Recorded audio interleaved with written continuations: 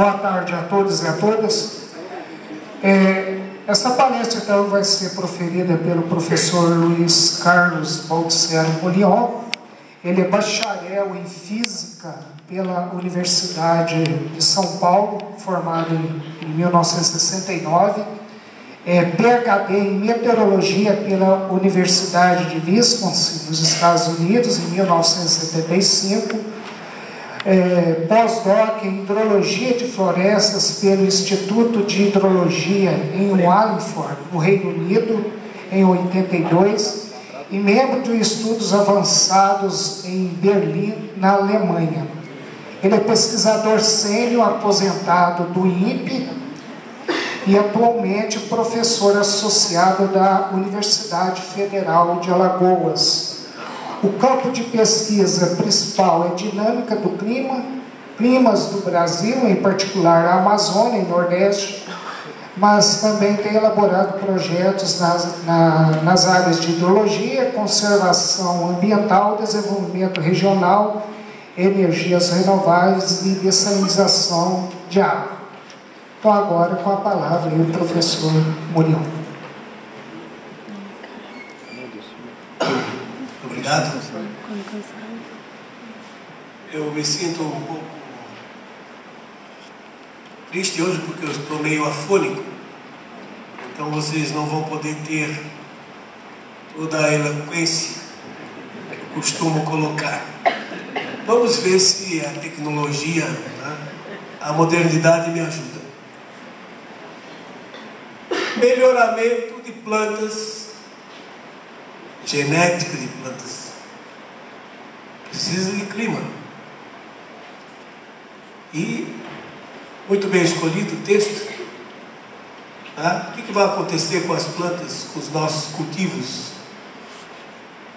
com esse violento aquecimento global que vai ocorrer nos próximos anos? É uma pergunta. Então, o meu objetivo é mostrar para vocês que vocês estão sendo enganados. Na realidade, nós vamos ter um resfriamento global nesses próximos 20 anos, o que é ruim para a agricultura de maneira geral. Basicamente, vou mostrar que o clima é variável e que o CO2 não controla o clima global. Vou mostrar para vocês que tudo que falam, o terrorismo climático, ele na realidade é mentira. E finalmente, tentar mostrar para vocês que nos próximos 20 anos nós vamos ter um resfriamento global. O clima da Terra ele tem variado naturalmente ao longo desses milhões de anos, Aliás, a única constância do clima é ser variável. Por exemplo,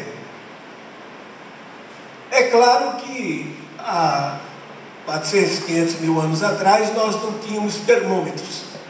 Então os cientistas lançam mão do que eles chamam de testemunhos.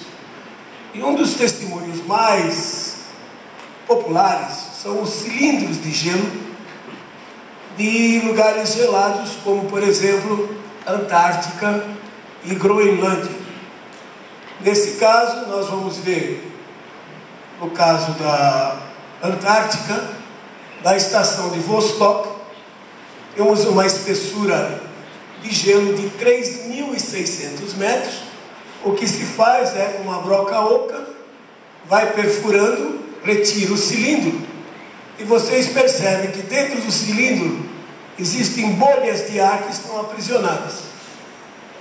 Então, retiram-se essas bolhas de ar e se faz a análise da composição química da atmosfera naquele período que a bolha ficou aprisionada.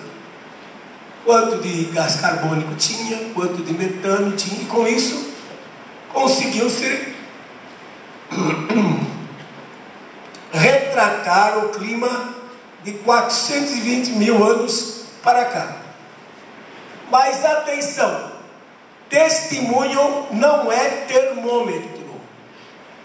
Então cuidado, porque às vezes as pessoas que trabalham com essas técnicas se dão às vezes até ao luxo de usar 2 casas decimais, quando na realidade eles podem não estar certos nem no primeiro grau. Então veja bem, a curva de baixo do presente para o passado é a temperatura.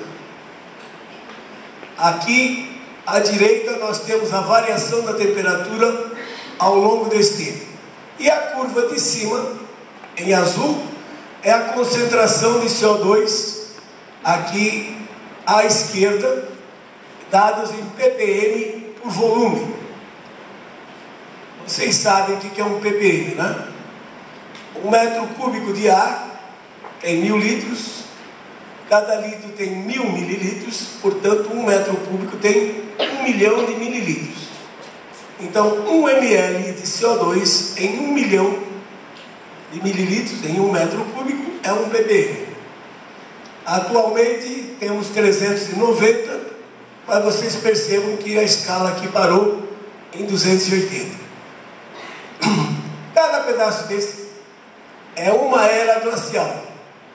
Note o pico do último interglacial, a temperatura foi decrescendo e atingiu um mínimo cerca de 8 a 10 graus abaixo do que está hoje, mais ou menos há uns 15 mil anos atrás. A partir de lá, ela subiu rapidamente. Digo rapidamente, porque, do ponto de vista geológico, 10, 15 mil anos é muito pouco tempo. Note uma coisa interessante. Esse é o presente interglacial que nós estamos vivendo. E eu coloquei a linha do zero aqui, para que todo mundo possa perceber que os 3 últimos interglaciais, de 130 mil, 240 mil e 340 mil anos atrás, foram 6 a 10 graus superiores ao atual. Significa que estava mais quente do que agora. Culpa do homem? Que CO2 o homem lançava há 130 mil anos atrás? Talvez um churrasquinho de uma caça que ele tivesse feito, né? Mas não a ponto de fazer com que as temperaturas fossem 6 a 10 graus mais elevadas. E atenção, com o CO2 abaixo de 300 ppm, hoje em 390. Então dá para perceber que o CO2 não tem muita coisa a ver com a temperatura. O CO2 não é o líder. Por quê? A gente percebe, olhando essas séries, que os picos de temperatura ocorrem antes dos de CO2. 800 a 1200 anos antes de que ocorra o pico do CO2. Portanto, não é o CO2 que lidera, e sim a temperatura. E uma prova disso é que, percebam, estávamos aqui com 280 ppm de CO2, temperatura alta, a temperatura começou a baixar, e o CO2 também. Para onde foi esse CO2? O espaço. A atividade fotossintética consumiu mais CO2? Não pode, porque nas eras glaciais a vegetação diminui. Para onde é que ele foi?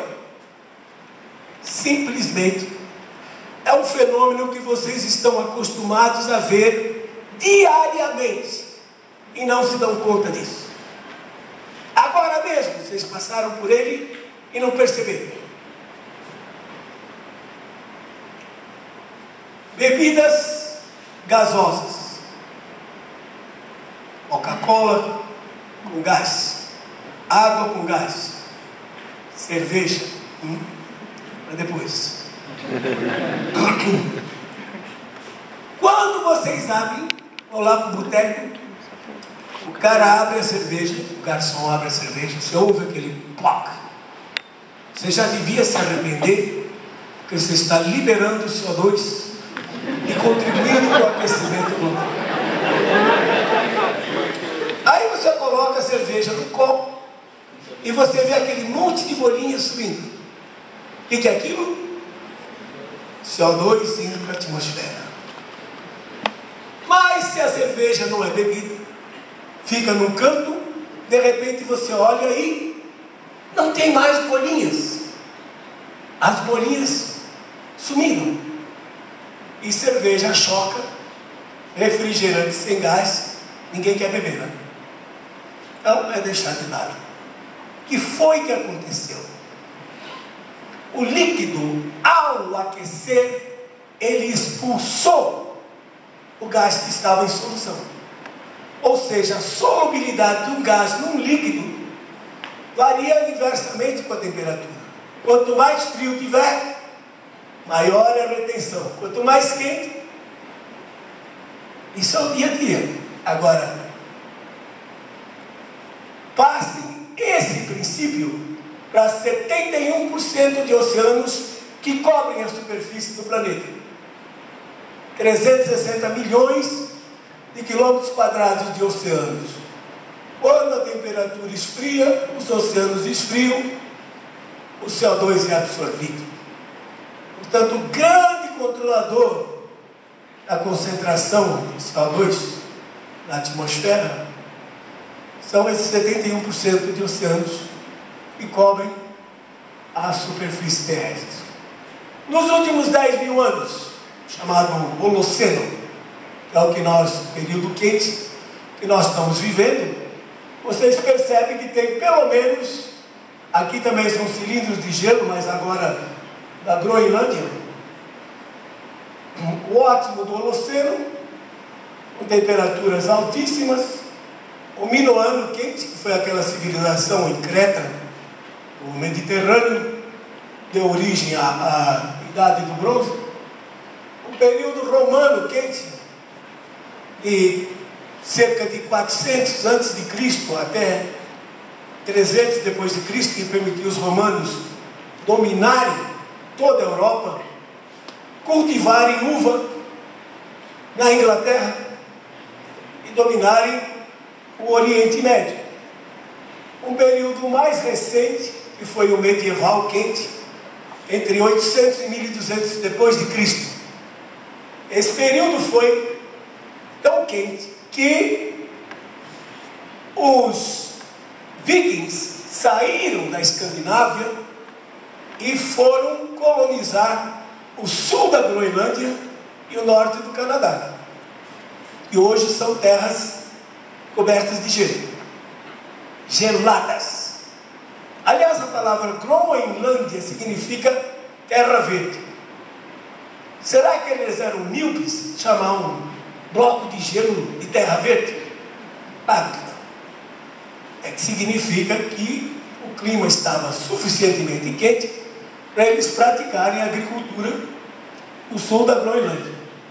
Depois passamos por um período frio, a chamada Pequena Era Glacial, que predominou na Europa, 1300, 1350, na minha opinião, até 1920, no início do século passado, e que aí foi um verdadeiro desastre. Aí sim, nesse período frio, tivemos guerras, a fome predominou, doenças como a peste negra, que matou mais de 70 milhões de pessoas na Europa. As grandes revoluções surgiram nessa época, porque a frustração de safra era muito grande e a população estava passando fome. O maior exemplo que nós temos, a Revolução Francesa de 1798. Na minha opinião, até os grandes descobrimentos, entre aspas, Cristóvão Colombo e Cabral no Brasil, navegações como Vasco da Gama, também foram motivadas por essas frustrações de safra que ocorriam naquela época na Europa. E vejo que até hoje as temperaturas não recuperaram os mesmos valores que tinham anteriormente. Ao contrário, a tendência de longo prazo é ir para uma nova era glacial, uma vez que a última era glacial terminou há cerca de 15 mil anos atrás. As eras glaciais duram da ordem de 100 mil anos e os interglaciais da ordem de 10 mil a 12 mil anos. Como já estamos com 15 mil anos do término da última era glacial, então é muito mais provável que se vá para uma nova era glacial. Nos últimos 130 anos, nós já temos dados de termômetro. Volto de novo para o Ártico. Aqui está um gráfico de 1880 até 2004, em que mostra a variação da temperatura média de 8 estações. Percebam, entre aproximadamente 1920 e 1940, um salto enorme na temperatura do Ártico, com menos de 300 ppm de CO2. Como é que eu vou explicar para alguém que isso aqui foi causado pelo homem? Quando, no término da Segunda Guerra Mundial, o homem colocava na atmosfera menos de 10% do carbono que lança hoje. Então, este aumento de temperatura não pode ter sido causado pelo homem. E tem mais. Depois da Segunda Guerra, quando os aliados dominaram os países do eixo e tomaram as suas indústrias, começou um aumento na industrialização, precisou gerar mais energia elétrica, queimar mais carvão, aumentaram as emissões e o resultado, a temperatura caiu até meados da década de 70. Enquanto o CO2 estava subindo, a temperatura estava caindo. Portanto, fica muito claro que a temperatura está na contramão do CO2. Até hoje as temperaturas do Ártico ainda não bateram os mesmos recordes ao final da década de 30, no início da década de 40. Ou seja, a temperatura não depende do CO2. Basta ver os hermanos Ruiz Cerca, aqui no aeroporto de Assunção, temperaturas altas na década de 30 a 40 e depois em queda. Então, por que o indivíduo tem a sensação de que está mais quente? Porque ele vive na cidade, ele não vive no campo. Segundo os dados do IBGE, no último censo, 82% da nossa população vive na cidade. O Jornal Nacional, semana passada, falou em 86%. No Japão, 80% vive na cidade. No mundo, 55% vive na cidade. A China retirou 400 milhões de pessoas do campo e trouxe para as cidades para fazer parte do processo de industrialização. 2 vezes a população do Brasil. E o indivíduo na cidade, ele tem um microclima diferente. E basicamente se resume nisso, chamado efeito de ilha de calor urbano. O que é isso? A energia disponível, ela é repartida entre calor latente, que evapora a água, e calor sensível, que aquece o ar. Numa região como a Amazônia, nós medimos isso. 80% da energia disponível vai para evaporar a água e 20% para aquecer o ar. Numa cidade, a água da chuva cai, escorre e vai embora. Tem muito pouca vegetação. Então a maior parte da energia disponível vai para aquecer o ar. Assim a temperatura na cidade é 4, 5 graus acima das redondezas. O cidadão vive na cidade, então ele acha que o clima está aquecendo. Mas não é um efeito global, é um efeito apenas local. do microclima local provocado por essa mudança na partição da energia, mais indo para aquecer edifícios e o ar e menos para evaporar água. Os dados de satélite mostram que praticamente não há tendência nenhuma na temperatura. Esse pico que aparece aqui com mais de 1 grau é o Ninho de 1997 e 98. Os El Ninhos têm tendência de aumentar a temperatura global, e como vocês sabem, é uma enorme região do Pacífico tropical que fica com temperatura acima do normal. Quando nós temos um El Ninho, muito calor do oceano é colocado na atmosfera e isso muda a temperatura global, aumentando a temperatura global. Se eu tirar esse El Ninho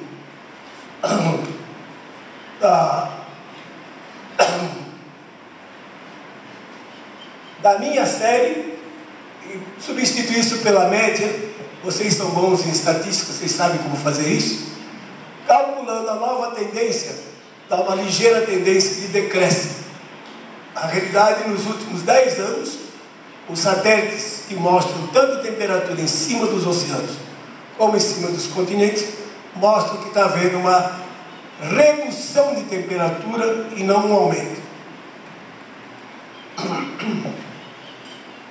O CO2 emitido pelas ações humanas é ínfimo quando comparado com os fluxos naturais. Vejamos, fluxos naturais dos oceanos, principalmente solos e vegetação, somam 200 bilhões de toneladas de carbono por ano. Qual é a incerteza que nós temos? 20%. 40 bilhões para cima, 40 bilhões para baixo. Quando a gente faz as contas, ou fazemos contabilidade, se eu tenho um erro na segunda casa, eu nem vou me preocupar com a primeira. Porque eu não sei se a segunda casa é um 6 ou é um 4. Para que eu vou me preocupar em discutir a primeira casa, que são 7 bilhões de toneladas que o homem coloca? Quer dizer, absolutamente ridículo. 3%, 3,5% dos fluxos naturais é o que corresponde ao que o homem coloca. Com um erro de 20% para cima e para baixo. Quer dizer, a incerteza é 40 bilhões de toneladas e o homem coloca só 7. Portanto, as emissões humanas são ínfimas, porque nós nem conhecemos como variam as fontes naturais. Como é que nós vamos controlar as outras? E o metano? Metano é um gás terrível. Ele é 21 vezes mais poderoso em termos de efeito estufa do que o CO2. E o metano estava aumentando. Por quê? Porque os ruminantes estavam aumentando. Arroz, Antônio Carlos, é um vilão. Você planta o arroz alagado, depois colhe o grão e deixa a planta apodrecendo, ela libera metano. Os ruminantes, da qual fazem parte aqueles bichinhos bonitinhos, fofinhos, quadrúpedes também, que a gente costuma contar quando está com insônia.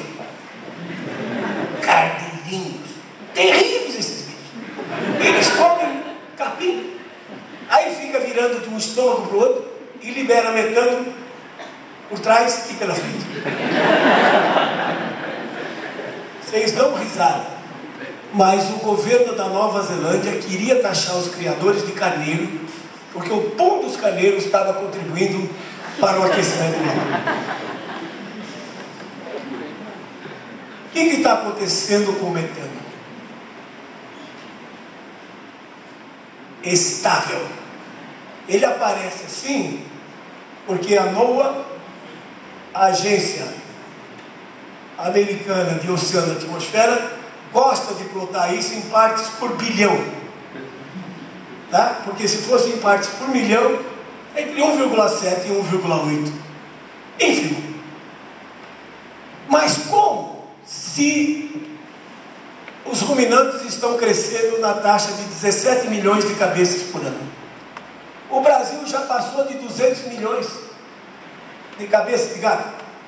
Por que o metano não aumenta? Os arrozais, pensa lá, Antônio Carlos plantando arroz lá em Roraima, quer plantar 50 mil hectares lá. Como é que vai? E aumentar. Por que não aumenta o CH4 metano? Porque as fontes antrópicas são ínfimas, quando comparados, por exemplo, com os vazamentos que ocorriam nos gasodutos da Sibéria, do Alasca, quando a energia era barata, não compensava concentrar. Com os gases que são liberados na perfuração de petróleo, que ainda a Petrobras deixa aquela chama queimando lá em cima, são hidrocarbonetos, cadeia maior, né? Propano, butano, pentano, que depois decai para metano. No momento em que começaram a controlar isso aí, o CH4, o metano, deixou de crescer. Portanto, não tem absolutamente nada a ver com agropecuária, com a agricultura e com a pecuária. Aí a vaca maluca, né? Vaca louca, procurando até hoje o seu metano. E o pior, que existem pesquisas, estão sendo feitas com agricultura de baixo carbono, gente fazendo pesquisa para ver quanto metano um boi emite. E nos Estados Unidos, uma quantia razoável aprovada, para tentar modificar a genética do ruminante para evitar que ele emita metano. O pilar básico de todo aquecimento global antropogênico é o efeito estufa. Já falaram para vocês o que é efeito estufa? Todo mundo sabe o que é? Mas ensinaram errado para vocês. Teoricamente, de acordo com o IPCC, o Painel Intergovernamental de Mudanças Climáticas, o efeito estufa seria a propriedade que certos gases que compõem a nossa atmosfera têm de absorver a radiação infravermelha que é emitida pela superfície. Assim, menos radiação infravermelha escaparia para o espaço e com isso o planeta ficaria mais quente. Como é que funciona? Aí, entra a radiação do Sol, aquece a superfície aquecida emite radiação infravermelha, que é absorvida pelos gases de efeito estufa, como o vapor d'água, gás carbônico, metano, e dessa forma, esses gases impediriam que parte dessa radiação infravermelha escapasse para o espaço, e com isso aumentaria a temperatura do planeta. Não se preocupem, porque a apresentação está aí e vai ser distribuída para vocês, se assim a comissão organizadora decidir. Então, já em 1909, um físico chamado Robert Wood mostrou que a temperatura da estufa da casa de vegetação não era devido às propriedades ópticas do vidro. O vidro, ele é um filtro. Ele permite a entrada da radiação solar, mas ele corta, ele absorve toda a radiação infravermelha a partir de 2,8 microns. Então dizia-se que a temperatura dentro da casa de vegetação era alta por conta do vidro, de absorver a radiação infravermelha. E chamaram isso, então, esse efeito na atmosfera, de efeito estufa. Robert Wood construiu duas casinhas, uma de vidro e outra de quartzo, que não absorve a radiação infravermelha, e a temperatura final foi a mesma nas duas.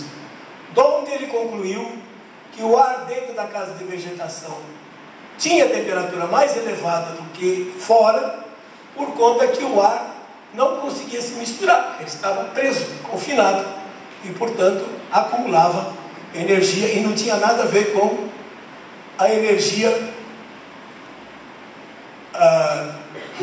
não tinha nada a ver com a absorção de energia infravermelho pelo vidro. Então, se vocês veem um carro, por exemplo, que está num estacionamento, no sol, com os vidros fechados, a temperatura provavelmente lá dentro está em torno de 50 a 55 graus, porque o ar está confinado. Imagine, se eu retirar o ar, que tem oxigênio, nitrogênio, etc., e substituir só por nitrogênio, vocês acham que a temperatura ia ser diferente? Claro que não ia ser, porque o nitrogênio também tem massa e vai absorver, ou vai ser aquecido, e o resultado é que a sua temperatura vai ser a mesma do que o carro estando cheio com ar. Assim que você abre a janela, aquele ar quente sobe e a temperatura dentro do carro baixa. O efeito estufa, da maneira como ele é descrito, ele fere as leis da termodinâmica. A radiação infravermelha térmica, ela é absorvida, por exemplo, pelo CO2, por bandas de absorção, de vibração e rotação da molécula. Exemplo, aqui está o carbono e os dois oxigênios. Ela pode vibrar como se fosse uma sanfona, ou pode vibrar como se fosse uma borboleta. Mas só que isso, vibração e rotação, é energia cinética. E cada molécula de CO2 é envolvida por mais de 2.600 moléculas de nitrogênio, oxigênio e argônio. 78% de nitrogênio na nossa atmosfera, 21% de oxigênio, 0,9% de argônio, CO2, 0,039%. Então, se vocês lembrarem daquilo que vocês aprenderam no jardim da infância, número de Avogadro, essas coisas, fizerem as contas, vocês vão ver que para cada molécula de CO2 tem 2.600 moléculas de nitrogênio e oxigênio. Quando a molécula de CO2 vibra ou roda, ela tromba, ela bate nessas outras moléculas e transfere energia cinética na forma de calor. Só que como tem muito pouca molécula de CO2, esse calor que ela transfere é muito pequenininho. Em outras palavras, se eu retirasse todo o CO2 da atmosfera, a temperatura seria a mesma que nós temos hoje. Portanto, o CO2, o efeito estufa, ele está furado. Como é que então o ar é aquecido? Simplesmente por contato da superfície. O balão de São João. O balão, quando ele está com a chama apagada, ele está no chão. Ou seja, o peso dele é maior do que o empuxo. E ele fica no chão, porque ele tem peso, e o peso vence o empuxo. No momento que eu aqueço o balão, o empuxo dele se torna maior do que o peso e ele sobe. Todo mundo sabe que balão de São João com tocha apagada não sobe. Então, aquecendo o ar que está dentro dele, ele adquire empuxo e sobe. A mesma coisa ocorre na atmosfera. O ar em contato com o chão se aquece. Ar tem peso. 1 metro cúbico de ar pesa 1,2 kg. Nas condições de torno de 25 graus de temperatura. Claro, 1 metro cúbico de água pesa 1 tonelada. Tá? Muito mais pesado. Mas 1 metro cúbico de ar tem peso. Enquanto esse metro cúbico de ar não for aquecido suficientemente para ele vencer o peso dele, ele fica próximo do chão. No momento que ele adquire flutuabilidade, ele sobe e é reposto por ar mais frio. Portanto, o que faz com que as temperaturas sejam mais altas próximas da superfície não é o efeito estufa, e sim o contato do ar com a superfície aquecida pela radiação solar. Portanto, o efeito estufa nunca foi provado e, de acordo com ele é descrito, ele fere as leis básicas de conservação de energia e da termodinâmica. Aí surgem proposições como Protocolo de Kyoto. Vamos reduzir 5,2% das emissões globalmente, 0,3 bilhões, contra uma incerteza de 40 bilhões. Isso é absolutamente ridículo. Tanto assim que não pegou.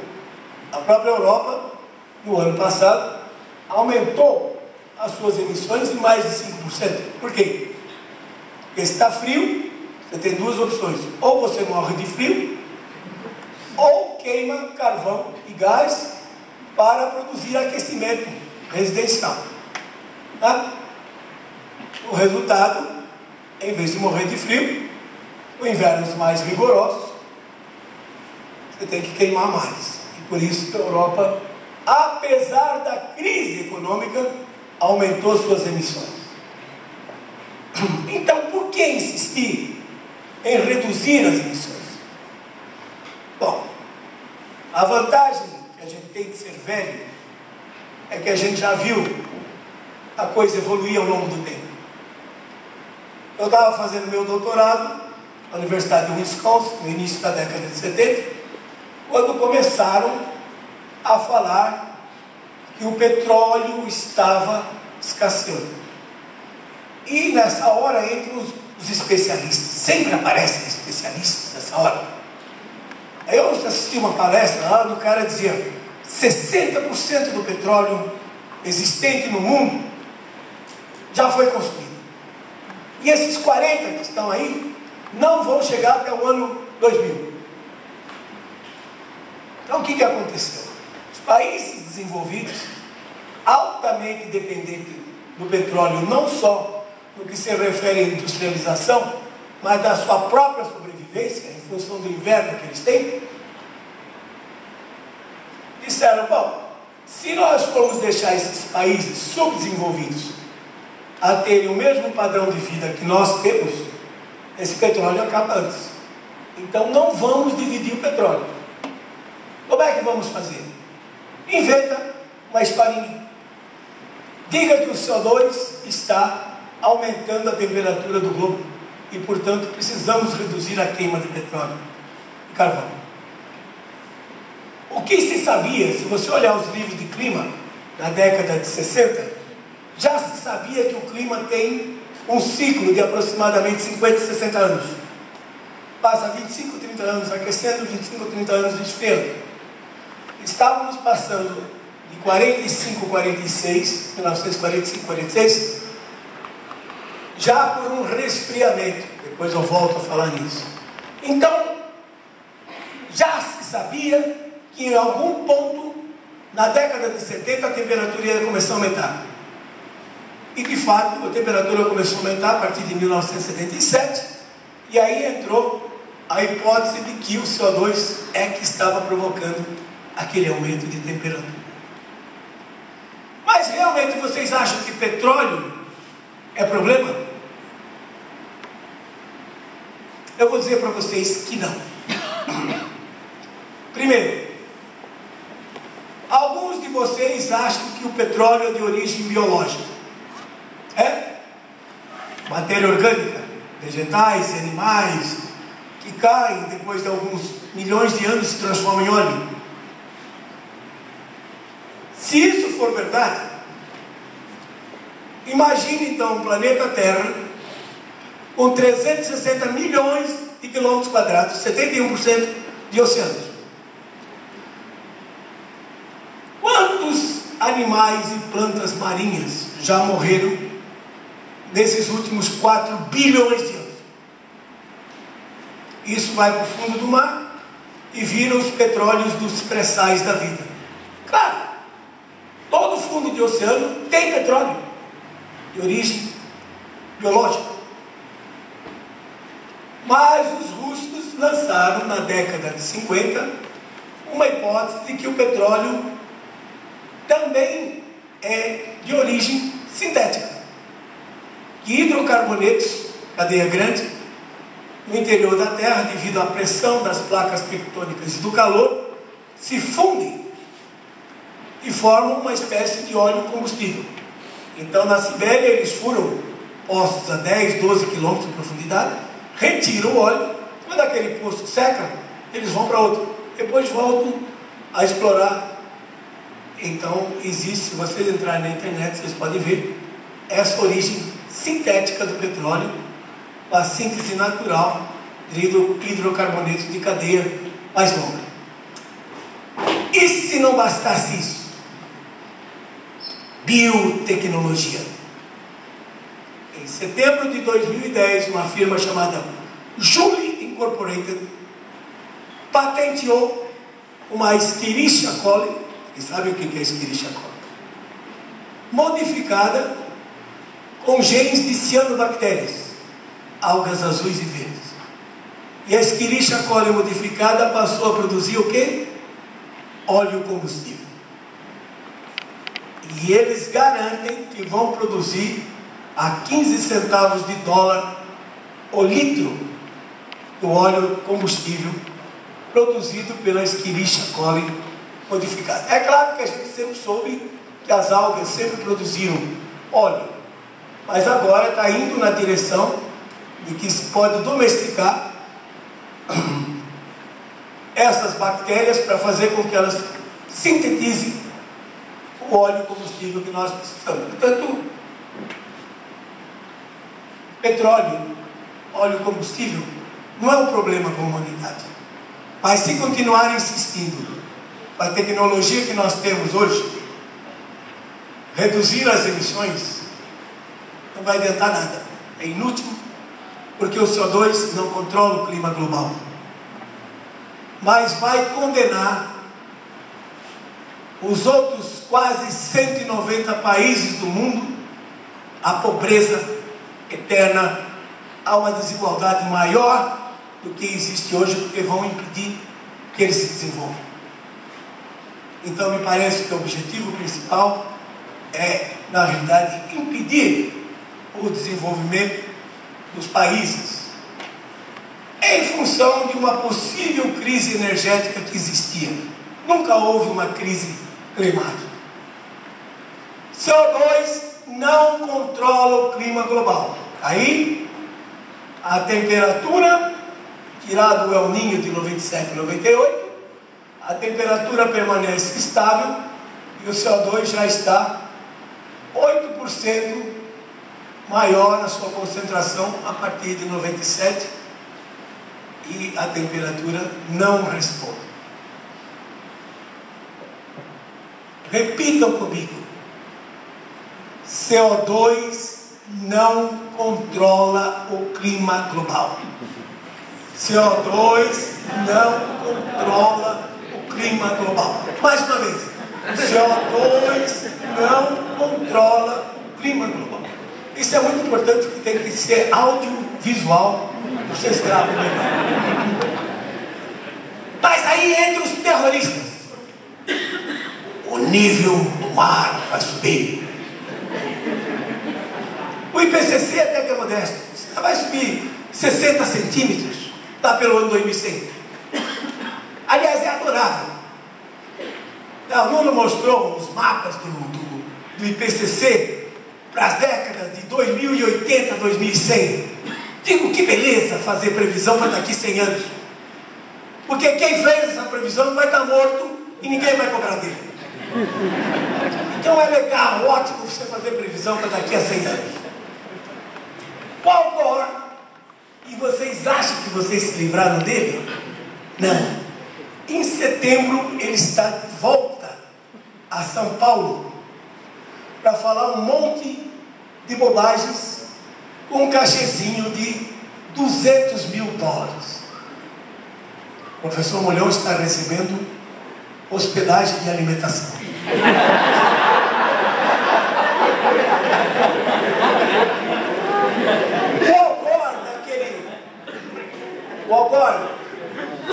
naquele documentário que ganhou o Oscar, em fevereiro de 2007. E depois ele foi laureado com o prêmio Nobel da Paz. Se fosse alguma coisa importante, cientificamente, seria prêmio Nobel de Física, prêmio Nobel de Medicina, prêmio Nobel de Química, mas foi da Paz.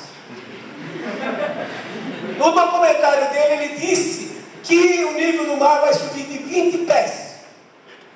Um pé é uma unidade inglesa equivalente a 30 centímetros. Portanto, o Al Gore está dizendo para vocês que o nível do mar vai subir de 6 metros. Então anote aí, entre na internet amanhã, ou hoje antes do churrasco, e coloque no Google Al Gore, Montecito, Califórnia. Aí vocês vão ver a fantástica mansão que o Al Gore comprou naquele período da crise imobiliária em 2008, em Montecito, na Califórnia, com 28 quartos no seu negócio, assim, 20 aposentos, desculpa, essa é. E da piscina, assim, você vê aquele oceano Pacífico lindo, se escalhando pelo horizonte. Peraí, um cara que gastou quase 9 milhões de dólares para comprar uma mansão ao nível do mar, acredita que o mar vai subir de 6 metros?